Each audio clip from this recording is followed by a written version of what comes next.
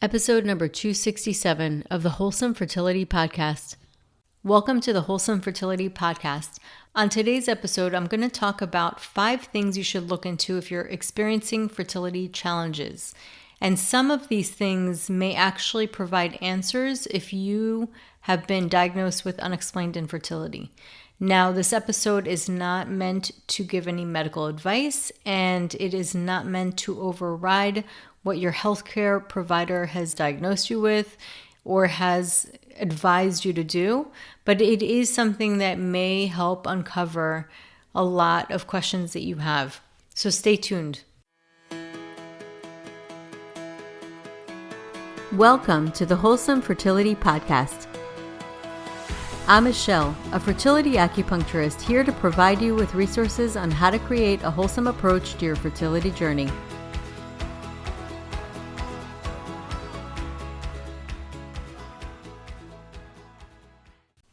Before I get to today's podcast episode, I have an exciting announcement to make. Over the past few months, I've been working very hard to create a program that gives you the main things you've been asking for. Hands-on support from me, access to my proven foundational framework, and community and accountability. Most importantly, I've created this program to take you off the roller coaster of your fertility struggles and give you the tools to transform your fertility in just 8 weeks. I am honored to introduce you to the Wholesome Fertility Transformation, a live 8-week coaching program designed to guide you through a proven, evidence-based method of my signature program called the Wholesome Fertility Method. And that is the framework, but it will also provide hands-on support with me to help you improve your chances of conceiving. So I'll be running this program only 4 times a year, and each cohort is aligned with seasons: winter, spring, summer, and fall. Because each season only supports 10 people, it will have limited spots available. I will be putting a link on the episode notes that you can find it.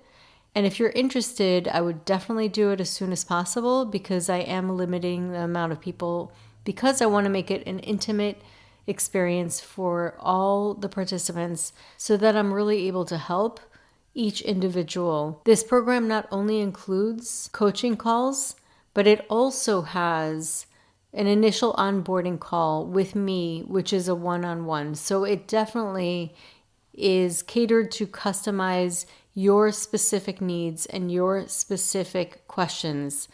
And I'm so excited to announce this. It is the first time ever that I'm doing this, and it is open for a limited time. So if you are interested and you've been listening to this podcast and you feel aligned with the things that I've been sharing, this will be that times 1,000. So it really is my heart and soul poured into a program, but it's also something where I will be there live with you to walk you through and help you to absolutely boost your chances of conceiving. And I work very hard to make sure that everybody I work with gets the most benefits and gets the outcome they signed up for. So I look forward to seeing you there. So the following 5 things I'm going to be talking about are things that I think can help uncover, especially if you have been diagnosed with unexplained infertility. Number 1, I'm going to talk about testing. So hopefully you guys have already been tested, but this is something that sometimes I do get patients and they're experiencing fertility challenges, and to my surprise, they haven't gotten baseline tests, which can really help a lot, especially just to rule out anything major. So number 1, I do suggest that everybody get baseline tests with their doctors. And most of the time, either your OB will cover these tests, and a lot of times they do. A reproductive endocrinologist is a better choice just because they specialize in reproductive medicine. And the OBs usually do understand a little bit, but they're not as well versed as a reproductive endocrinologist. And typically, a reproductive endocrinologist will pay a little more attention to things like your thyroid, and more anything really that has to do with fertility. So they are types of doctors that I recommend going to if you are experiencing fertility challenges, just because you're going to get a lot more of a thorough workup. And some of these baseline tests that they usually do are day 2, 3 of your period. And typically blood is drawn during that time and they check for lots of different hormones, but that's where they find out your FSH and how high it is and if that means that your ovaries aren't responding as well. And then they also check typically a full thyroid panel. So basically, it's a bunch of different hormones that give a lot of insight to the doctor to figure out what's going on. And again, this is a baseline, and typically this is really where a lot of doctors will start. Another thing that they will recommend, and it is a little bit more of a procedure, but it's not terrible. It's not like they put you under, but an HSG to make sure that your tubes are clear. Again, it's a bit of a procedure. It's not the most comfortable thing in the world, but once it's over, typically you should feel fine. And I do highly recommend doing that because you could look into everything and not figure out why things aren't working. But then when you find out if your tubes are partially or fully blocked, it's important for so many reasons because you need to know if that's the reason why you're not conceiving. And then it can also lead you into looking into other things like, was there pelvic inflammation? Or you can also look into possibly endometriosis, like what could it be that's possibly blocking your tubes? And that can kind of lead you into a whole host of other things, but things that are actually really important to look into. And also, if it's partially blocked, it can cause an increased chance of ectopic pregnancy, which is dangerous. And that's something that you really want to look into. So those are the reasons why I think it's really important to look into an HSG, because everything that you're doing, taking care of yourself, you can go to acupuncture, or you could do lots of different natural ways of trying. It's not going to make a difference if your tubes are blocked. So that's something that's really important to look into. Typically, they'll also do an ultrasound, and that's where they'll look at like your number of follicles and how they're growing. If there are too many, which typically you'll see with PCOS, and they call it polycystic ovary. And the cysts are actually lots of follicles that are growing, but they're not fully maturing and not fully ovulating. So that will also give you insight on which direction you should go into. And then also, let's not forget about the men, a semen analysis, and they also do ultrasounds, and they look into the sperm and how they're operating, if their shape is optimal, and that typically will be the morphology. They'll look at the number. Is it high enough to make a difference? And also the motility, how they move, and how much semen there is. Sometimes they could be dehydrated and not have enough seminal fluid. So all those things are definitely important to look at. And then with an ultrasound, they'll look to make sure that all the parts are okay. And like with women, they'll look at like the tubes, and men, sometimes they'll see that there's a varicocele, which is basically an enlarged vein that can cause issues with the sperm as well. So it's important to really just get baselines for everybody. And typically that will be covered with insurance, but that really it depends on the office, it depends on the state, I don't know, or it depends on the type of insurance you have, but typically labs are covered by insurance. And so that's number one. You really want to rule out like the big stuff. And that is with mainstream medicine, conventional medicine, baseline testing. You want to make sure that you just rule out like all the big things. So that's number one. I think everybody should be doing this, regardless if you end up wanting to get IVF or not. I think a lot of people get hesitant about going to a fertility clinic because they think that that means they're going to do IVF. They may suggest IVF. You don't have to say yes or no. You can just go and get the tests. One thing that I can say is they will know what they're doing as far as the testing goes.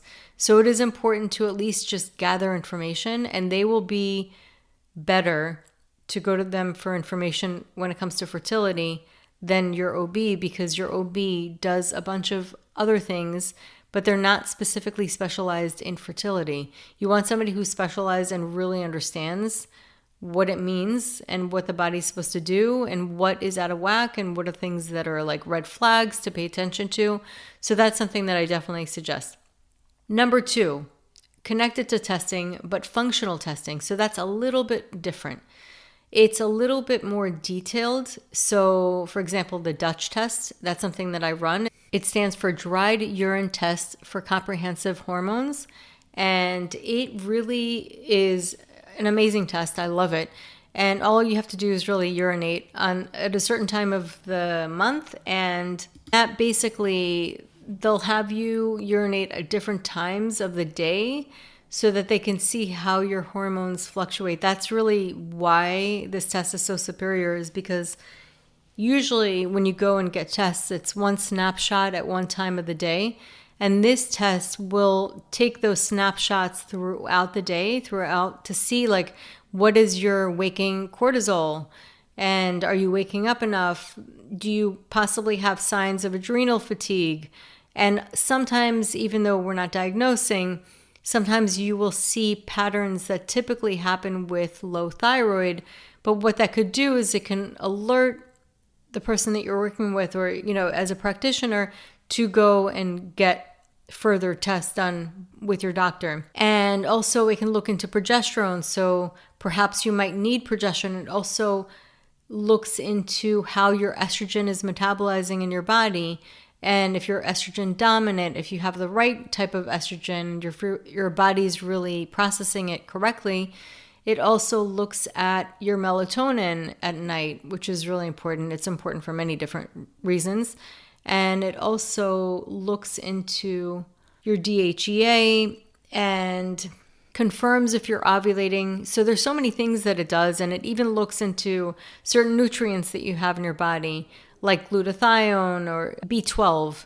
So do you need to supplement with more glutathione? It gives the practitioner a little more detail and a little bit more guidance on how to treat you more specifically. So I highly recommend the Dutch test at least once to really get a clear picture of what's happening in your system.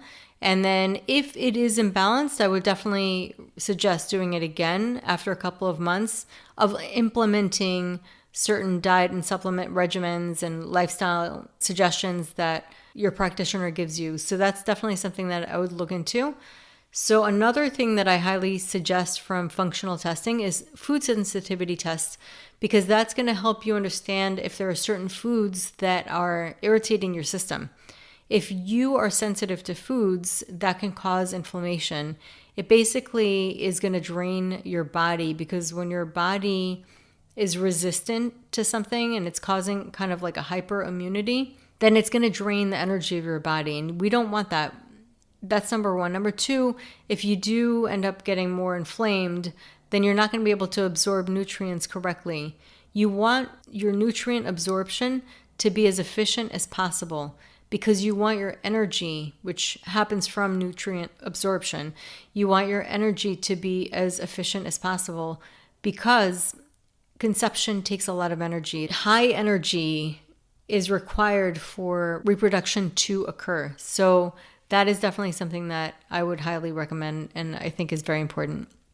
So related to that, I would definitely recommend, if you can, gut testing as well. And that you could do at home from a functional test for gut.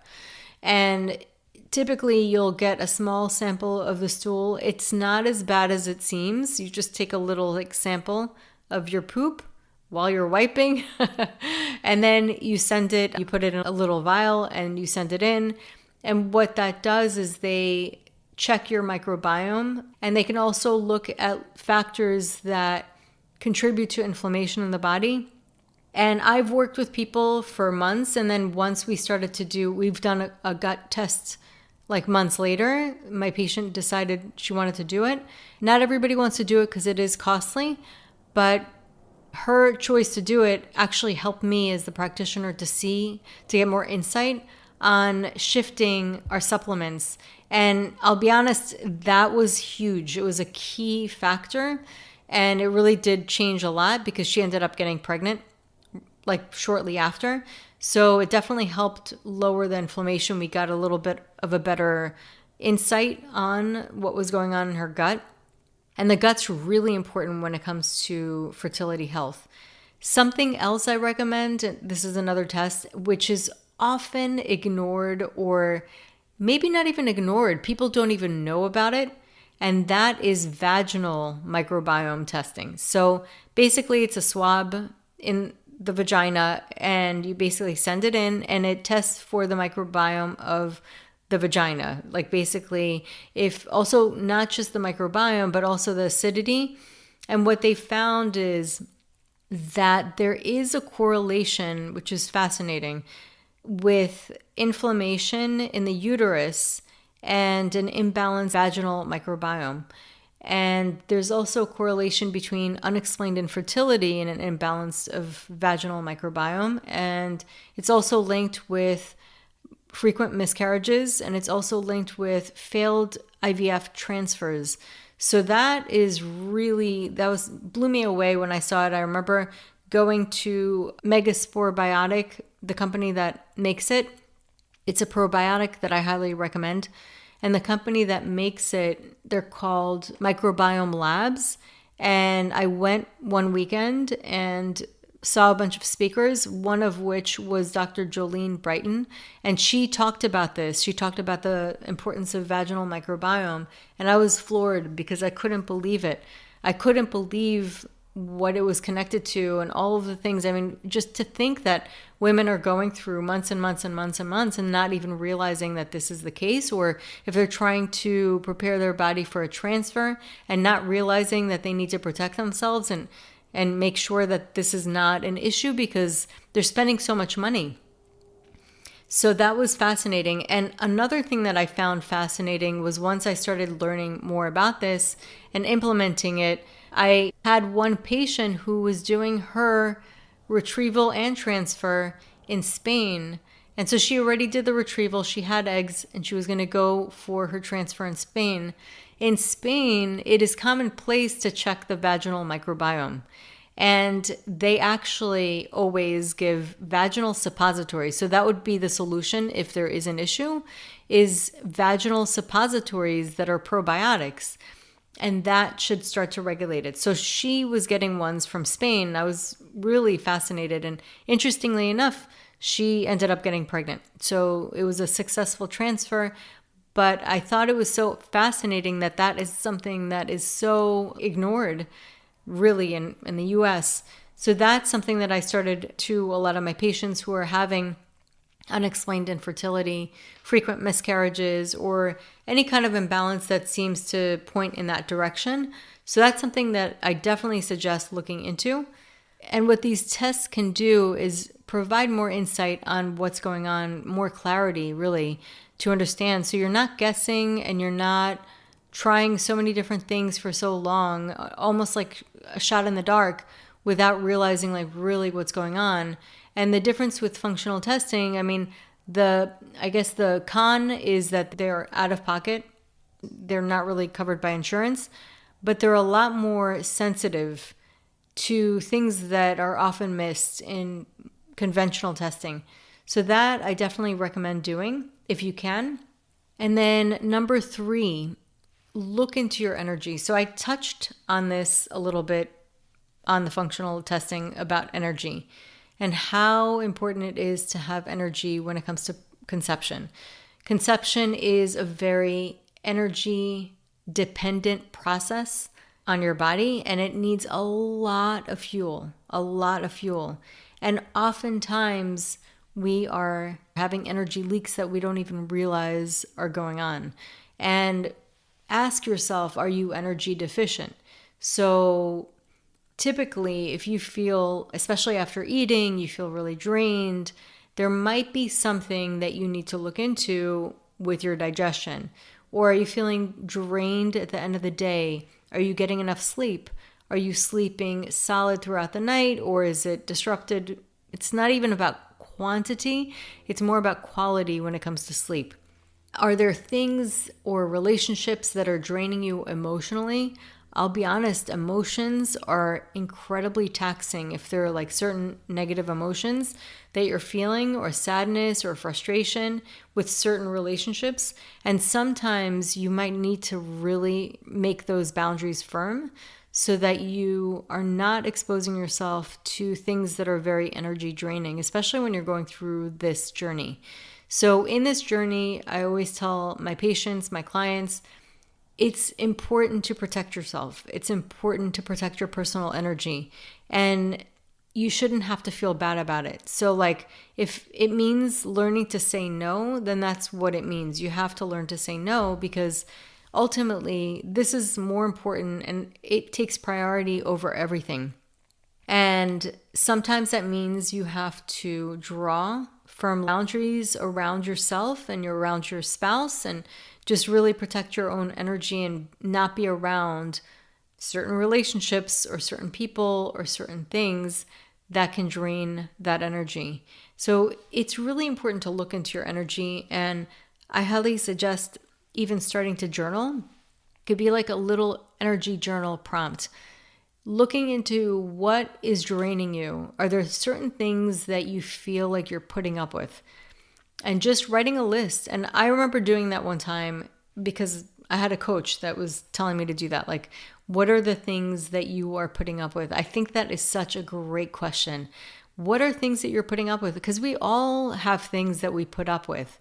And then just writing a list. And then you can obviously take out the ones that you can't not put up with. I mean, there's certain things that you just can't avoid.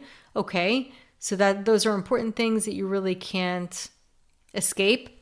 But then ask yourself, what are the things that you really don't need to be putting up with? And how are ways that you can shut that down or close it off so that you won't have to put up with it? Because little by little, all that does is it really sheds light on what it is in your life that's like sucking little bits of energy. So it could be little leaks. It doesn't have to be big. And I'll be honest, I'll give you one example. Having a pile of clutter in the corner of your room that you're like, I'll get to this one day. And living with that, every single time you see that clutter, it's going to leak a little bit of energy. So sometimes just taking that day out of your weekend and just saying, this is what I'm going to do. I'm going to actually take care of this list. I'm going to get rid of these things that have been hanging over my head. And that is a way to close an energy leak. Creating boundaries with people that drain you, that is another way. Setting boundaries at work, that's another way. I mean, there's little things. Expressing yourself for something that has not been expressed or you've been afraid to express. It might be uncomfortable, but that's another way that you can protect your energy, because when you are holding on to something that you're not expressing and that needs to be said, that could be draining your energy. That's just like holding on to something that's like slowly brewing and sucking your energy.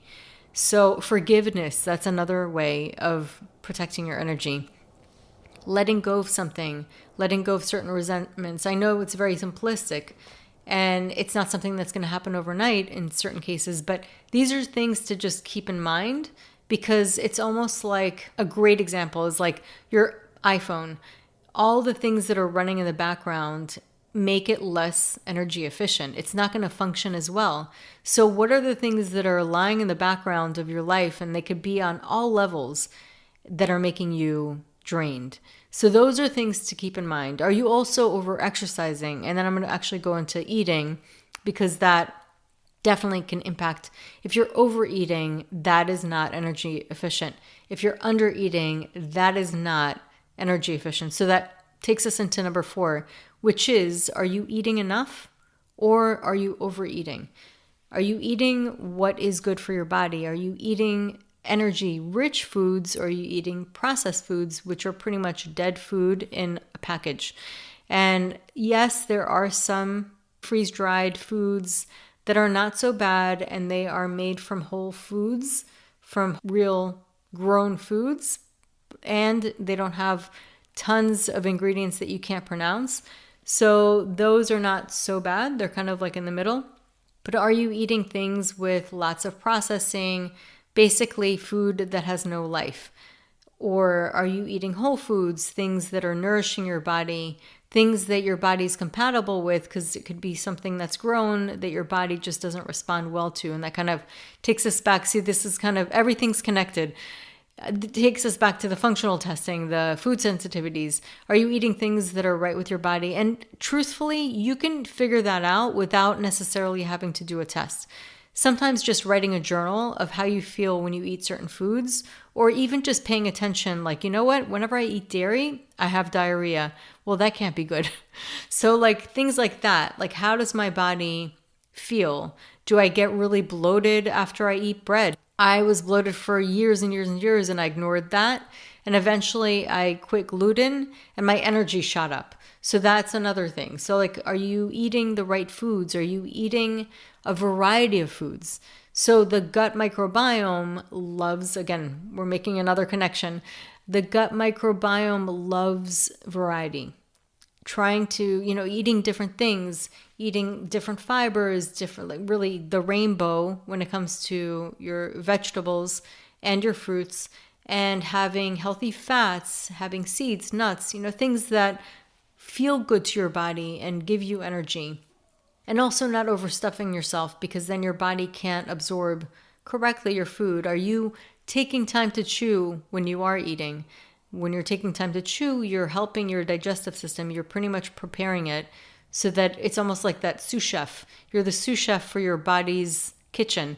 And when you're chewing it and properly chewing it, you're preparing it so that it's able to cook well and transform into nutrients that your body can use. So doing that, plus obviously the chewing, but as you're chewing longer, you're also mixing in that amazing enzyme-rich saliva, which is also helping your digestion. So those are things that are really important to do. Making sure that you have a really good, proper diet that is nourishing for your body. And I'll be honest, the diet alone can make such a difference for fertility health. Just the diet alone. So on to number 5, and this is the last one, and it's a very important one. Is your home clean of toxic ingredients? And I'm going to mention something before I even go into this. Nobody's going to get it 100%. So don't try, because that can cause a whole other level of OCD that I've seen. However, it is important enough, and it really does make a difference, that it is important enough to bring up. There are many ways that endocrine disruptors can come into our life, and one of them, which I see a lot, is plastics. If you can avoid all plastics, and not just the ones that say BPA free, really try to avoid all plastics. That being said, if I'm away, and I'm pretty, because I know all of this stuff, it does make me a little OCD, I guess.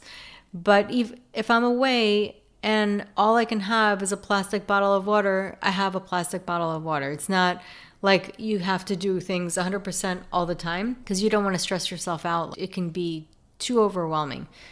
But if you can, instead, at home at least, you can get yourself a container, a bottle that is glass or stainless steel, and then you can look into like green pan or like more non-toxic.